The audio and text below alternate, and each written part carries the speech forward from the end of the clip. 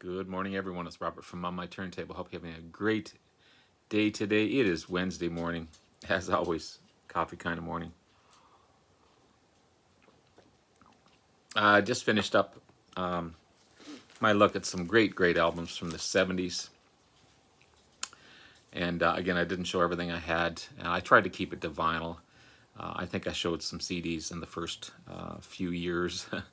But what I decided to do last night, thinking of video ideas, I'm always thinking about ideas to do. I'm going to continue on in the 80s, but change it up a little bit. I'm not going to show everything I have for every year. I'm just going to pick 10 albums from that particular year and talk a little bit more in depth about them rather than just showing the album. Hopefully make it a little bit more interesting. Maybe have you guys learn about some of these albums that you didn't know, or the band itself that you're not aware of. These may not be the 10 best albums of that particular year, but they're 10 of my favorites. My choice. So, oh, sorry, as I hit the camera. So yeah, I'm going to do that. Before I get into it, though, please hit the like and subscribe button below. Thank you to all that have liked and subscribed so far. I greatly appreciate it. I want to continue to put great content out there to be informative and to show you guys some great bands and artists that I have in my collection.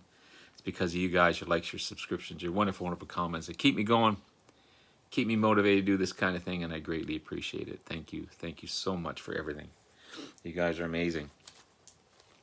So from February 25th, 1980, this is Mr. Bob Seeger and the Silver Bullet Band, Against the Wind. This is an amazing album.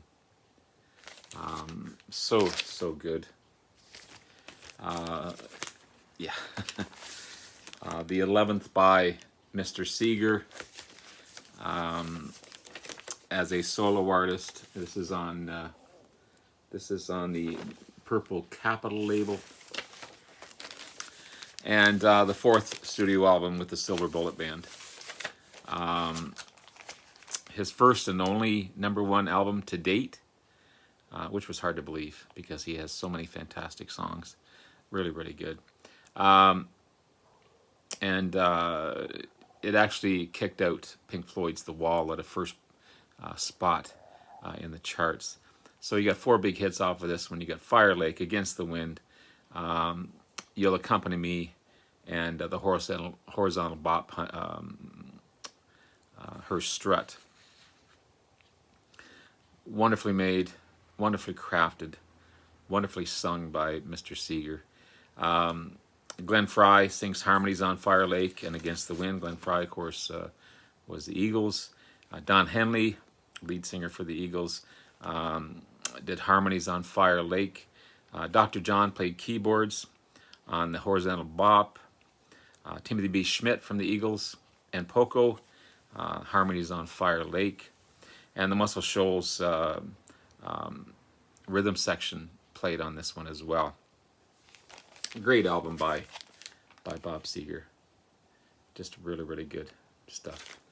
From February 25th, 1980. Another fine album. And unfortunately, someone wrote a number on here. I don't know why they do that. I don't know why people wrote on their albums back then. This is Roxy Music and Flesh and Blood. This is an amazing album. Really good album. May 1980.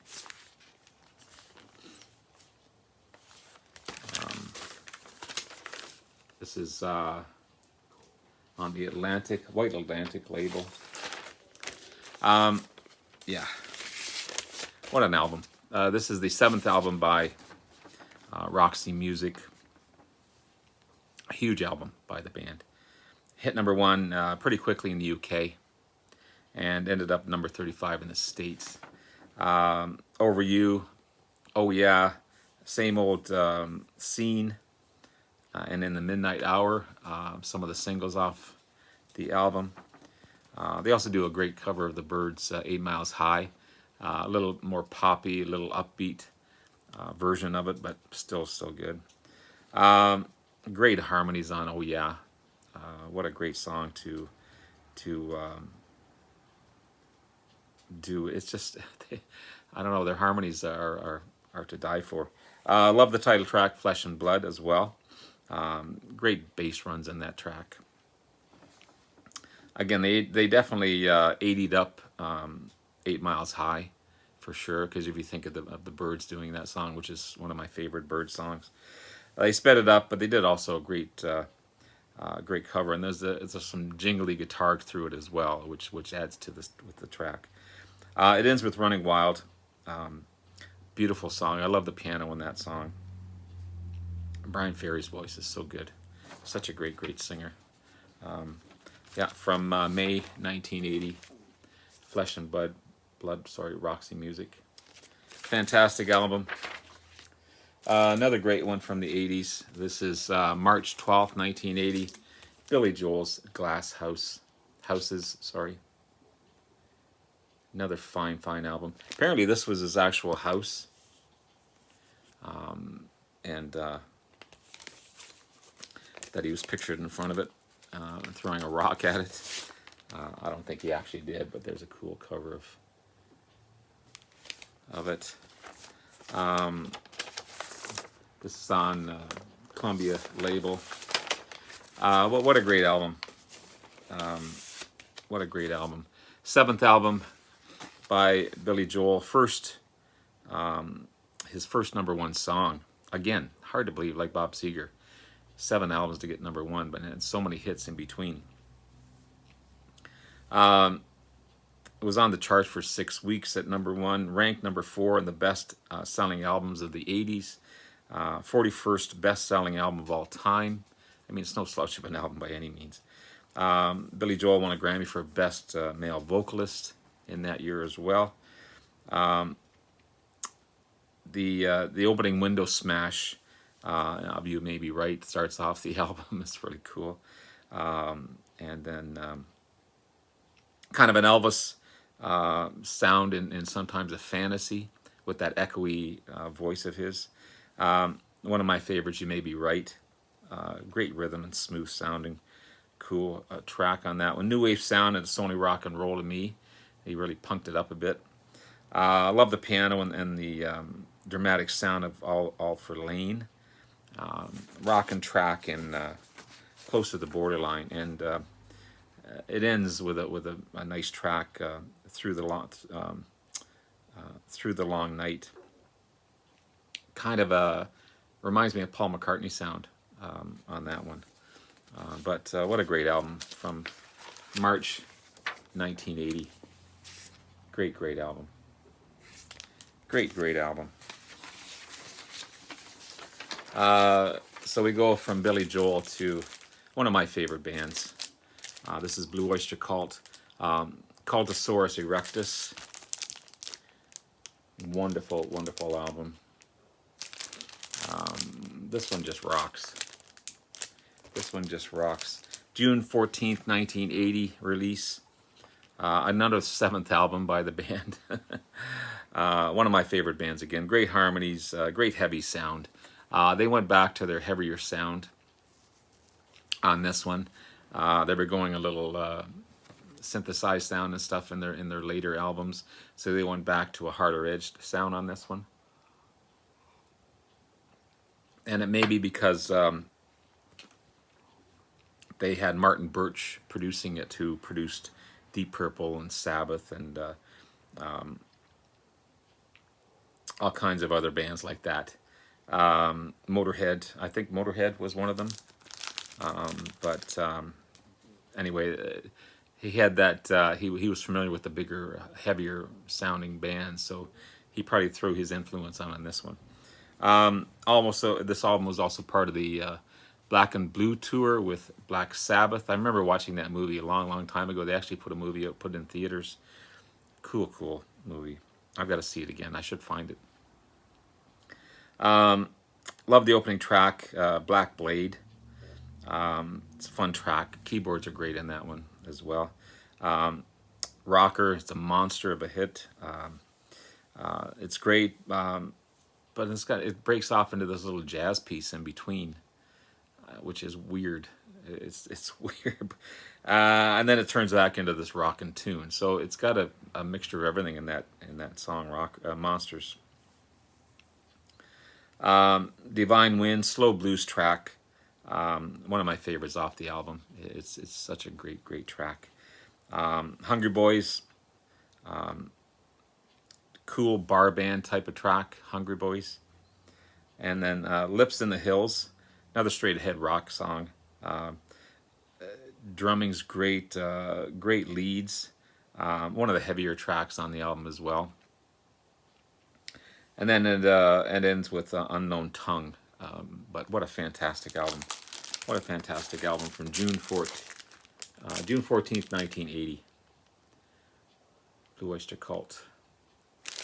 Awesome stuff.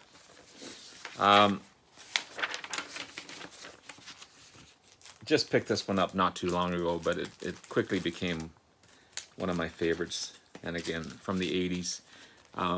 This is Bab Lestrange from Heart, with the beautiful Wilson singers on there, Ann and Nancy. It's a great album. Great album. February 1980.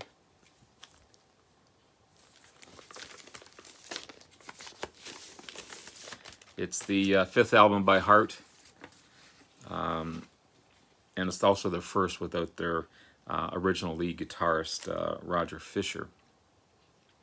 So the guitar work is left up to Nancy Wilson, who is no slouch on guitar. She's just a remarkable guitarist. And Howard Leash to make up the guitar work, another great guitar player. Even It Up and the title track, Bab Lestrange, are the singles off of this one. Hit number 5 on the Billboard's 200, so no slouch of an album. You had the Tower of Power brass section playing on Even It Up to make it a cool track. I love this album. Heart can rock it out. Ann Wilson has one of the most iconic female vocals in rock, along with Pat Benatar and all those great female singers. We don't show enough female singers on here. Such a great album. I love the title track to open up the album. And then you got this bluesy Down on Me track, slow groovy track on that one. Nancy's guitar and vocals shine on Silver Wheels. She's no slouch of a singer either. Maybe not as powerful as Ann, but she's still got this beautiful voice. It's not hard to look at either. And then you got the rocker rock and tune Break, and then Even It Up, one of my favorites by Heart. They can rock it out with the best of them for sure. And then it ends with Sweet Darling. It's beautiful song, Sweet Darling. But what a great album from the 80s. Bab Lestrange, February 1980. Then we have one of the greats from 1980. Probably one of my, I don't know, it's hard to describe. They didn't put a lot of albums out, but this could be my favorite album by them. This is Zenyatta Mandata from the Police. What a great album this one is. October 1980 release. Please Don't Stand So Close to Me, and Dee Doo Doo Doo Dee Doo Dee Da Da Da are the big singles off of this one. Hit number 1 all over the world. Also a Grammy-winning album as well. No one sounds like the Police. They've got that unique style. Andy Summers' guitar work is bright and brilliant. He doesn't do a lot of lead work. It's just his rhythm playing is just remarkable. Stuart Copeland, of course, a fantastic drummer in his own right. And then you've got Sting, great vocalist, great bass player, great singer. Just a combination. Again, ego's got in the way and all that other story, but I'm just keeping it with this album. Starts off with a huge hit, Don't Stand So Close to Me. They got that reggae sound that no one else was doing at the time. Love the drums on the to Drive to Tears. And then the hi-hats are cool on that one. And then that bright sounding guitar work of Andy Summer. Again, no one played like him. No one sounded like him for sure. Love When the World is Running Down. Kind of a funky track. Again, that bright guitar sound as well. Then you got that new wave sound of Canary in a Coal Mine. That's a cool track. It's a really fun track. Vocal harmonies are so good.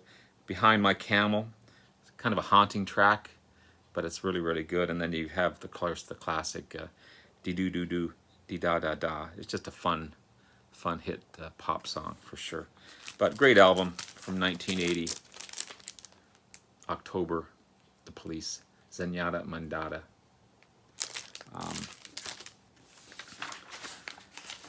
And then we have another rocker from one of my favorite bands. No, it's not Deep Purple, but it has a connection to Deep Purple.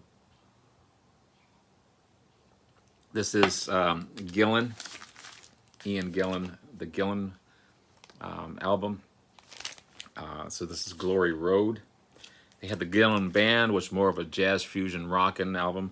This is heavy, heavy stuff. This is just as heavy as, say, in rock. Heavier than some of Deep Purple's later stuff. But this is a great arena rock album, hard rock album for sure. October of 1980. Hit number 3 in the UK right off the bat. Ian Gillen's vocals are just to die for. He's so strong. Such a great voice. And again, it's heavy and it rocks.